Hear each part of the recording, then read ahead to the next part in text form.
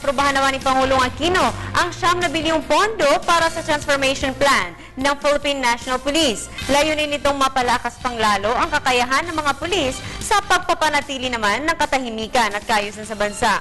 Si Elena Luna ang ating tagapagbalita.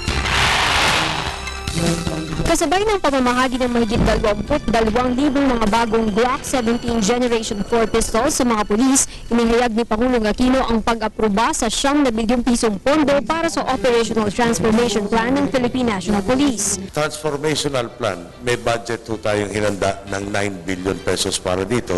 At nung naaprubahan ho natin yan, magaling po ang teamwork ni Secretary Rojas at Director General Purisima.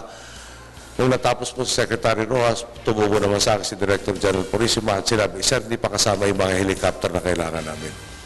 Sabi ko, okay kayo. Sana hinati nyo, nung naaprubahan nyo isa, malamang maaprubahan na rin yung pangalawa. Nakapaloob sa pondong ito ang pagbili ng mga karagdagang kagamitan ng PNP, kabilang na ang mga sasakyan at mga habang armas.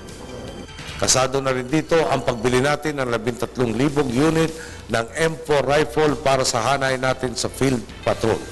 Dagdag pa dyan ay inaprubahan din ng Pangulo 2,500 vehicles. Ito yung mga patrol vehicles na sisimulan na ang pagbibid nito. No? Dagdag pa po dyan is another 800 million para sa mga rifles, automatic rifles at iba pa. Ang kabuuan po nito is more or less 9 billion pesos na naaprubahan ng Pangulo. Ayon sa Pangulo, bahagi rin ng pondo ang pagbili ng mga communications equipment. Nakapaloob din sa 9 na bilyong pisong budget ang pagkuha ng 15,000 mga bagong empleyado ng PNP. Sila ang itatalaga sa mga opisina para wala ng miyembro ng kabuuang 146,000 ng mga pulis sa bansa ang matatali sa kanilang mesa.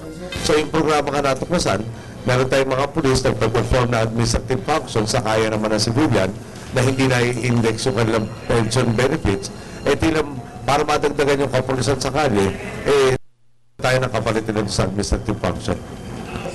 Pinasalamatan ng Pangulo ang PNP sa kanilang ipinapakitang dedikasyon sa trabaho. Mula 319,441 na crime volume noong 2010, na ipababa ninyo ang bilang na ito sa 217,812 noong 2012. Idagdag pa rito ang halos 40% pagbaba sa bilang ng carnapping at 73% pagbaba naman sa kaso ng kidnapping for ransom sa parehong panahon.